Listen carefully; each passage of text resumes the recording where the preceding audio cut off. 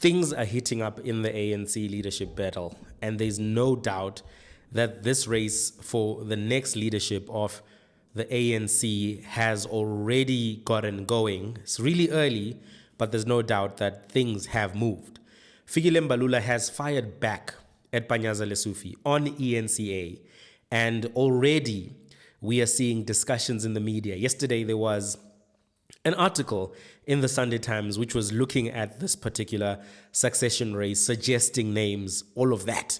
So it's very clear right now that the succession race in the ANC is underway. People are making moves. They are setting up shop. They are trying to position themselves as next. Let's think about what do we know so far. What do we know about this round one, if you will, of the leadership race for the ANC next conference? What do we know? Number one, we know that Fikile Mbalula summoned Panyaza Lesufi to the ANC headquarters to speak to the national leadership about his remarks on the SMWX podcast. We know that that backfired significantly on Mbalula because Panyaza left that meeting unscathed. And in fact, he left that meeting also knowing that Mbalula is gunning for him. And that Mbalula is gunning for him in such a way that he's willing to bring top leadership into all of this. So we know that, number one. We know that Fikile Mbalula, number two, had an intention to charge Panyaza Lesufi. And that's serious. To charge him. The Premier of Gauteng, the chairperson of the Gauteng ANC Provincial Executive Council, he had a ambition, an aspiration, a goal to charge Panyaza Lesufi. We know that there has been conversation about disbanding Gauteng ANC and disbanding the KwaZulu-Natal ANC. And perhaps this was an attempt to get that ball rolling. Number three, we know that he was unsuccessful in that attempt, right? We know that Fikile Mbalula was unsuccessful, and that Panyaza Lesufi and TK Nziza basically emerged from that meeting unscathed, unbothered, unruffled. And they went to the media and they told the media that, we beat these guys 1-0. 1-0 right now to Gauteng ANC. That's what we know. But we also know that things have progressed since then. Because on Friday, the ANC Youth League held a protest. And it was an interesting protest.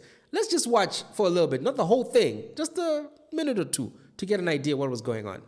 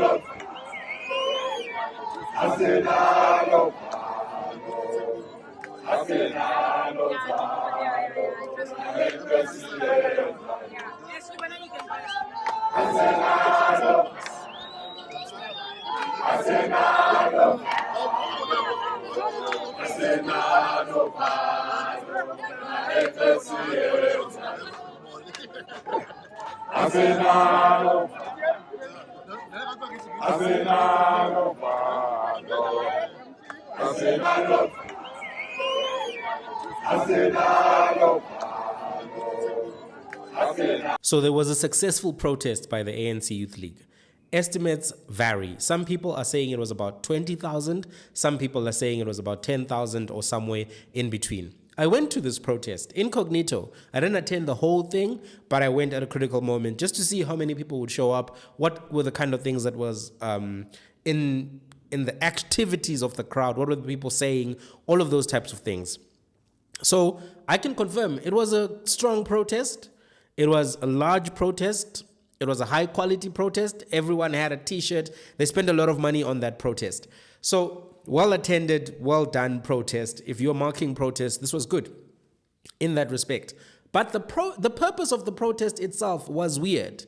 It's an economic freedom protest, protesting for jobs, right? So the first thing that makes the protest weird is that, number one, it felt like an attempt to reclaim the Julius Malema mobilization, ground game narrative successes that were in the ANC Youth League back in the days. One of the biggest problems with the ANC Youth League has been recently that it doesn't have ground pull. It doesn't have young people in the same way that it did under Julius Malema.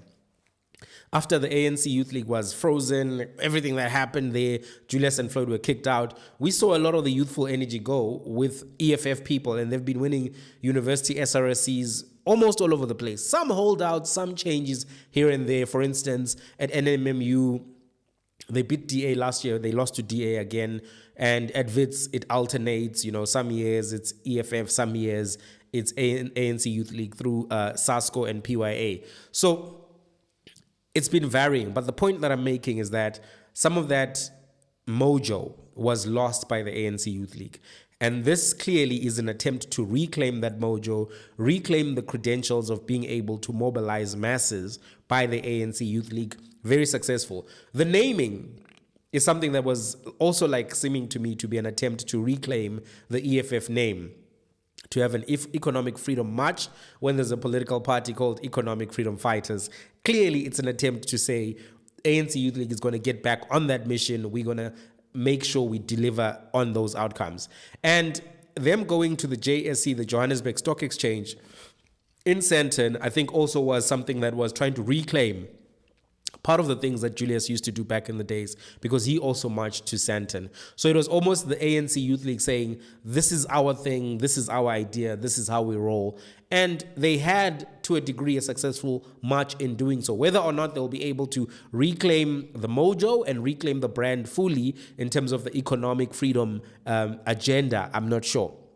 Because Julius Malema already has about 1.5 million people voting for the EFF frequently, and even though they've dipped a little bit, they still have 1.5 million voters, which is still a significant amount of voters. It's almost 3 times what the IFP has right now, right? And the IFP has been in existence for a very long time. So EFF dipped, but they didn't dip so significantly that I think that they're in so much trouble. But they are in a little bit of trouble, and they have to reflect on that. So that's on this first side, the EFF conversation. The second thing that I think was weird is because marching for jobs when the ANC is in power, when you are the government, when Panyaza is the premier of the province, is weird, because that's an internal conversation, right? It's a conversation. You want the president to do something about jobs, you know how to reach the president. You want Panyaza to do something about jobs, you want him to reach the president. So part of me is doing that review of those things, but I understand that this protest was not about economic freedom, the EFF, or even jobs per se. In my view, this protest was a show of force to the Mbalula camp from Panyaza and anybody who supports him, and perhaps that also includes Paul Mashatile, because it was a well-funded protest. A t-shirt is very expensive. Seeing Panyaza in the crowd, Panyaza made it very important that you see him in the crowd. He wanted you to see that he is in the crowd and that he is going to be one of the VIPs there. But we never saw any footage of the Secretary General of the ANC, Fikile Mbalula.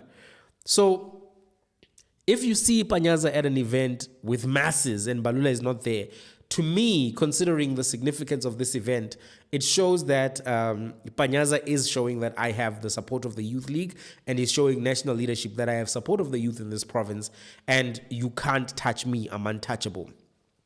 One of my critiques of Malusi Kikaba in that when he went through political tough times, he didn't have a base that could really push back on his behalf. He had been former president of the ANC Youth League, and he was still relatively active, but he didn't have a base in the way that other political leaders do, so they didn't push back for him, and it was easy for him to get sidelined when he had those scandals that he had where he was showing people, the insides of his boxes.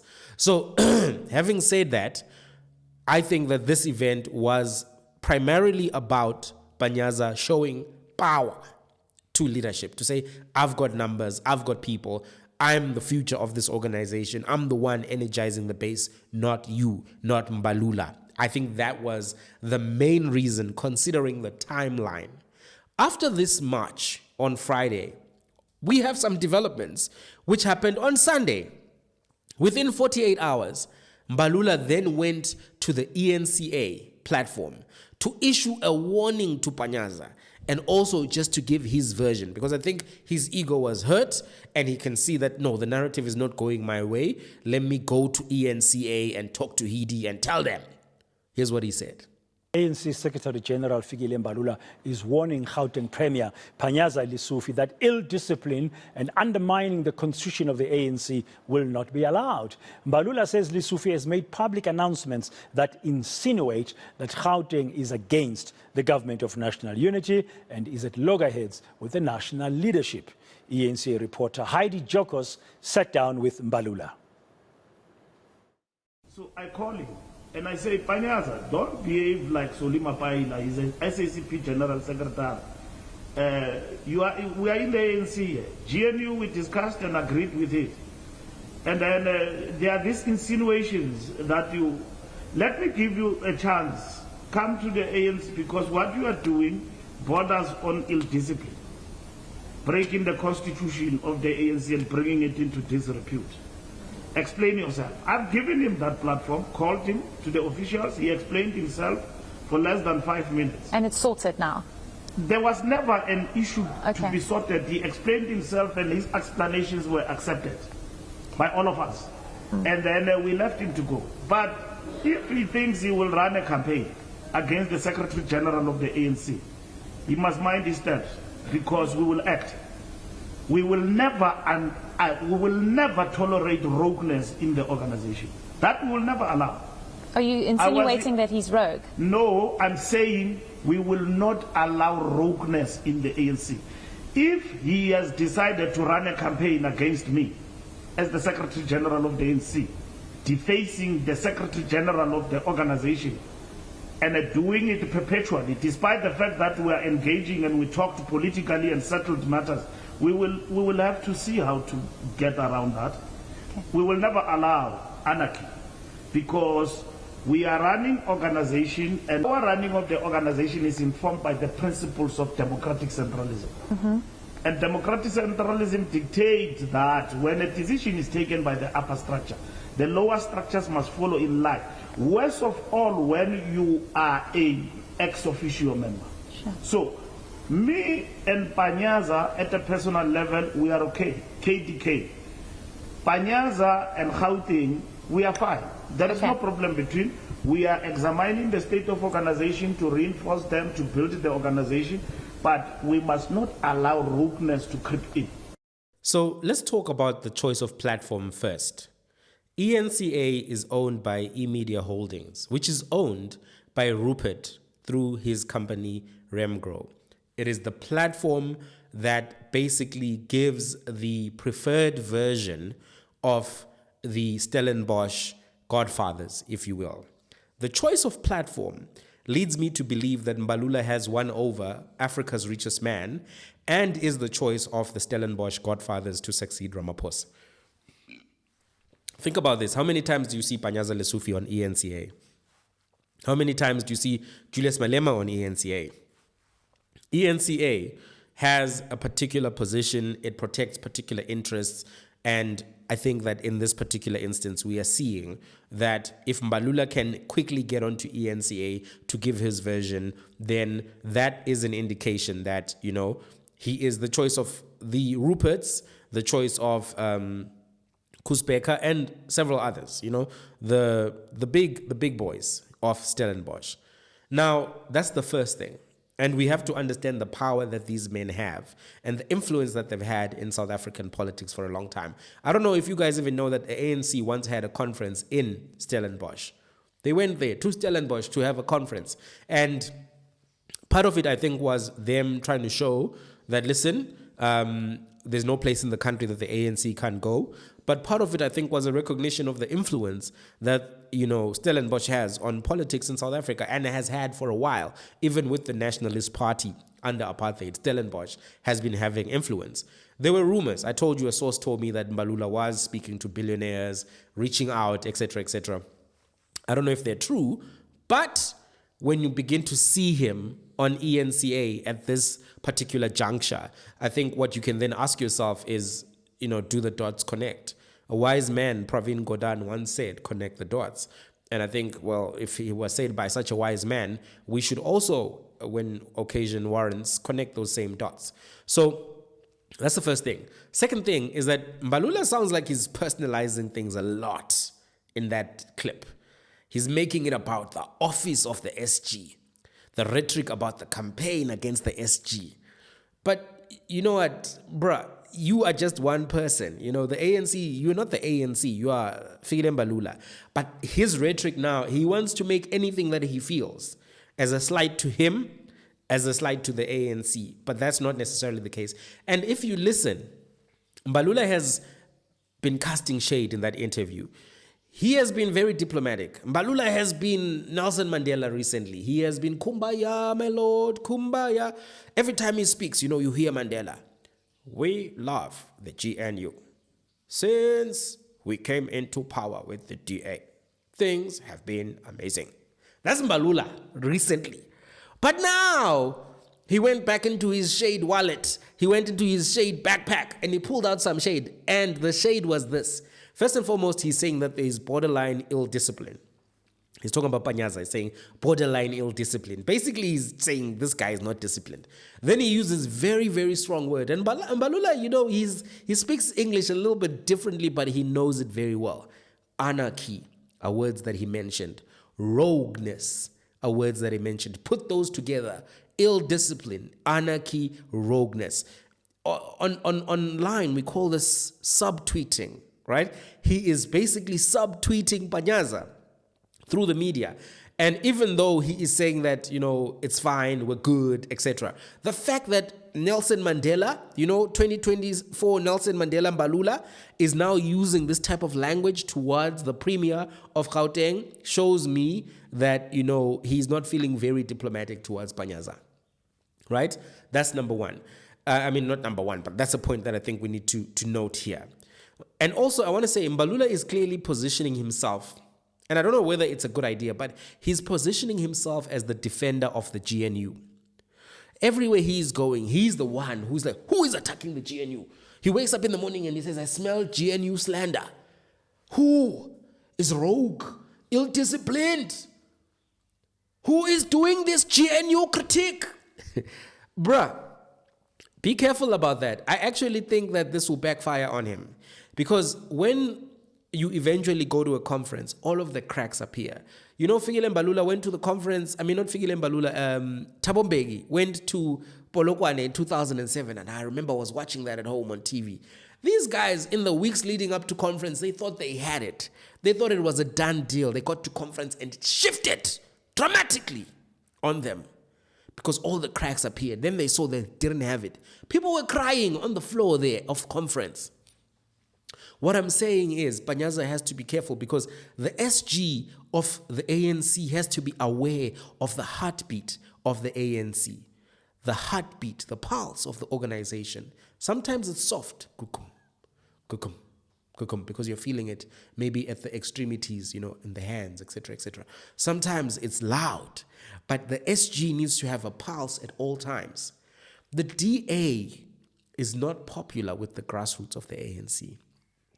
Helen Zille, John Steenhuisen, all of the things that they've been saying, have said, all of the posters and the depictions the DA has made of the ANC in the last 24 years are some things that are very, very, very painful to the grassroots of the ANC.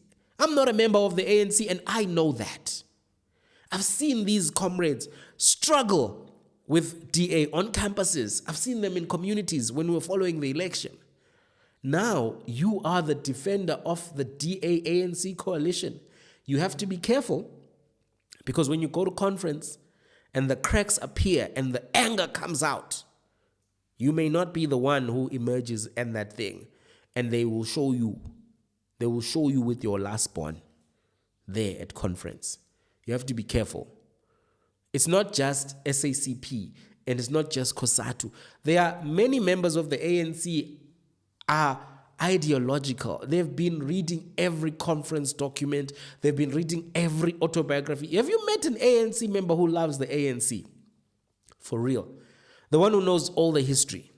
Those people are not happy with this DA deal. They feel like it's a sell-out arrangement. That's what they're saying.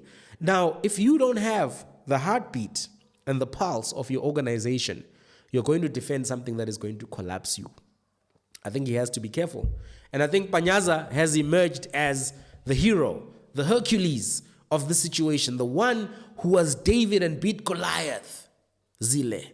He's the one who looks that way. I think he has to watch out.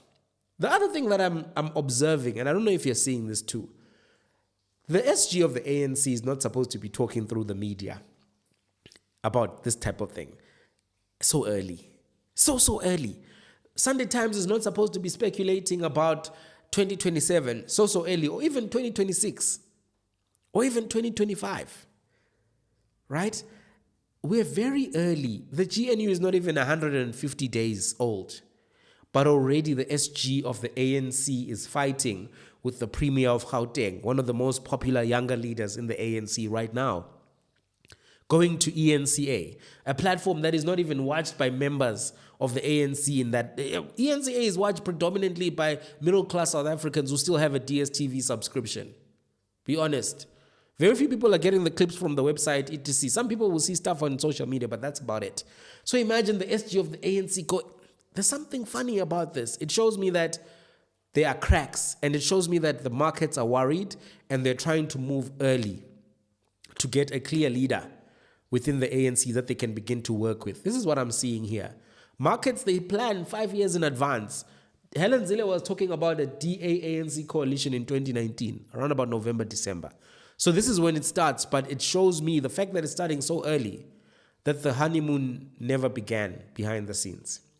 The honeymoon was happening on the stage, but behind the scenes, I don't think it ever started. And there's been a new development since yesterday. Very interesting new development. And I think things are beginning to take shape. What's the new development?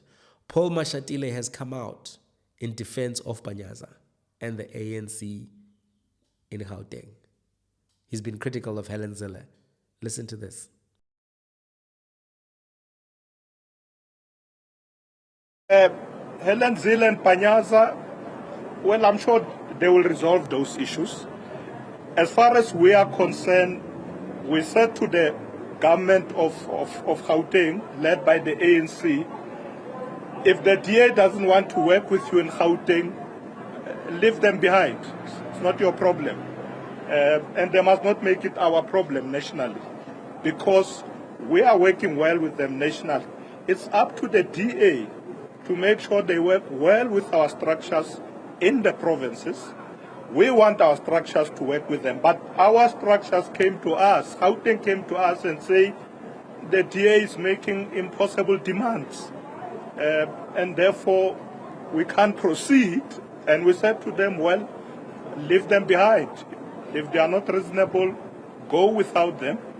But doesn't mean that we don't want to work with the DA. All I'm saying that all parties must be reasonable in what they want, in what we do, because, you know, the GNU can't survive if people come with unreasonable demands. So far it's surviving because all of us are mature. We are dealing with issues in a matured way, and it's going to be like that. We will finish the 5 years.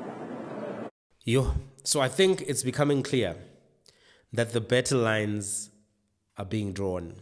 I think it's becoming very clear I think Paul Mashatile did this to also show his hand a little bit, to show his involvement a little bit, so that all credit doesn't go to Panyaza, because we're getting reports that he was the one who was very vocal in defending Gauteng. It's beginning to take shape what the combos are going to be at the next conference. A little bit, not 100%, but we're beginning to see what the combos are going to be, right? We can see that Mashatile will keep trying to get his bid for president of the ANC secure.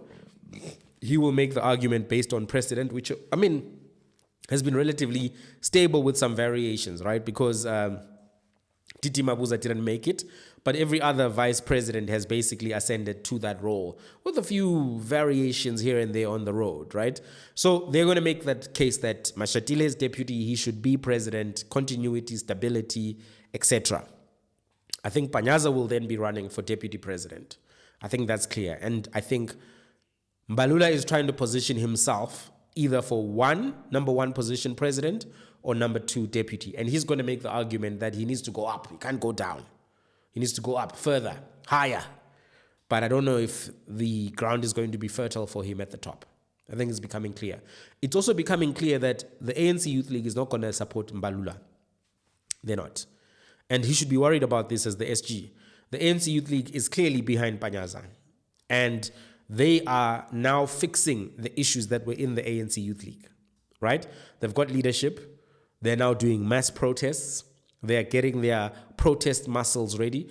We mustn't forget how powerful ANC Youth League was under Julius Malema. It was causing commotion. It was causing commotion. And part of the reason why is because it wasn't just about Julius Malema. Even the ANC youth leaders who preceded him. Zuma built them up. The Pule Mabes, the Fikile Mbalulas, right? The Zizi Godwas. Zuma made sure that they were strong and robust, and they were pushing back heavy against Thabo Mbeki back in the days. Zuma knew how to take a youth structure and to make it aggressive. And it looks as if right now, the youth structure is now becoming aggressive again. They're becoming, a factor. I don't think they're there yet. One march is not going to do it. Obviously, the variables are different now because there's an EFF, there's an MK. The appetite will still have to deal with the fact that there's a billionaire at the top of the party, somebody who has strong relationships with markets, somebody who has ties with companies such as MTN, etc. Right? Mining boss up until a certain point, and maybe the Shanduka still owns some mining interest. You can never fully know because people don't have to declare anything that they have an association with another individual, like a family member or whatever. So we don't really fully know what the Tivashe Trust owns and does not own, except for the fact that they also own Palapala Farm. And we also know that the McDonald's business was separated from the Shanduka deal when they sold to Pembani. We know that. And we know that, Shanduka prior to 2014 bought some shares in MTN Nigeria, MTN Uganda, etc. And those are operated in an international instrument, not a local instrument. I'm unclear whether that has to be declared. All I'm trying to say is that when you have a billionaire at the top as a youth league fighting for economic freedom, there's still some limits to what you can do, what you can say, where you can go with your arguments, right? So the fact that the ANC Youth League is backing Panyaza and the fact that the South African Communist Party refused to go to this GNU reflection celebration, which was happening today, shows me that Mbalula is not in a stable position as SG right now. I don't think that the SACP is going to run elections as an independent entity. I think that they're an internal agitator within the ANC right now who are keeping that pain of the GNU alive, to be like, no, why are we with the DA? Why are we with the DA? Why are we with the DA? Why are we with the DA? That's what I think the role that they're going to play is. I don't think that they're going to go it alone. I think that they're going to stay within the framework. And we may find at a conference that they will back Panyaza and they'll back Mashatile. I think that's what's going to happen. I could be wrong. It looks to me that the markets, though, are backing Mbalula. And this is why I'm saying the battle lines are being drawn. He's going on to eNCA, and there are going to be interesting variables. But I think the markets are thinking, well, Mbalula, he'll go with us. He is somebody who can shift his tone a little bit. And the markets view Paul Mashatile and Panyaza as being people that they can't control. I saw an article also in Sunday Times yesterday where Adrian Gore, who is the Deputy President of Business Unity South Africa, but really the most influential mover and shaker in Business Unity South Africa, directly attack ANC Gauteng and say that he has concerns about economic growth as they pertain to Gauteng, nowhere else, right? And I was like, that's a curious statement. So he's showing also that, he's not a fan of Panyaza and Mashatile, basically. And Business Unity South Africa, they're the ones who actually gave people a day off to go protest against Zuma, not directly as Business Unity South Africa, because there was this vehicle that was created by the same companies, same CEOs, called Save South Africa. You remember it? And then they were like, we're going to fix everything, manipulation of Rand, whatever. As soon as Zuma finished, as soon as they got rid of Zuma, they disbanded everything, deleted the website. Now they don't care about manipulation of the Rand or anything. Things that they said they care about. Anyway, point being, I think that they are going to back Mbalula. And that's something that we have to take into consideration because money, big money affected the last conference in 2017. Not the last one, second last. Big money was a factor. It really was. So if markets are with Mbalula and they are willing to pour the same kind of money into him that they did into Mr. Ramaphosa, but he had stronger relationships because he's really somebody who has been with business since 2000. Ramaphosa. But Mbalula has not been with business in the same way. He hasn't had directorships all over the place. He hasn't had people backing him, such as Stephen Kosef, the founder of Investec. Because Ramaphosa was moving with the big boys of business. I don't know if Mbalula is moving with those big boys in the same way. But if they give him the money, he may still have a chance, even though Panyaza and Mashatile have the ground. So these are the variables. Paul Mashatile said that they're going to finish the GNU, they're going to finish the whole 5 years. I don't think that they'll finish the 5 years. Looking at how the less than 150 days have gone, I don't think so. And looking at the way the DA is feeling, I don't think so. This is what I think is going to happen. I think that the DA is not going to stay in this all the way. They will stay until after local government elections, where they hope to win some seats away from the ANC. And they may very well win those seats in Gauteng and other places, right? Because they're getting a lot of credit for their work within the GNU.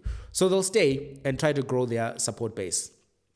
But I think that they will walk away late in 2027, after the conference, early 2028, before the elections. They'll just be like, no, we can't work with Paul Mashatile. We can't work with, Panyaza Lesufi. We're out. And then that's when the election season will really begin. So I don't think that it will be 5 years. I think they'll stay till possibly January or February of 2028, but possibly December of 2027. And after that, they will be going it alone, getting also money. And markets may decide that, Mbalula is too risky, and then decide to fund the opposition entities and see if they can get something going there. We'll see what happens. But the battle lines are drawn. I think things are going to be interesting, and cracks are already showing at this stage. And I think it's early that they are showing at this stage, but they clearly are. Till the next one, guys.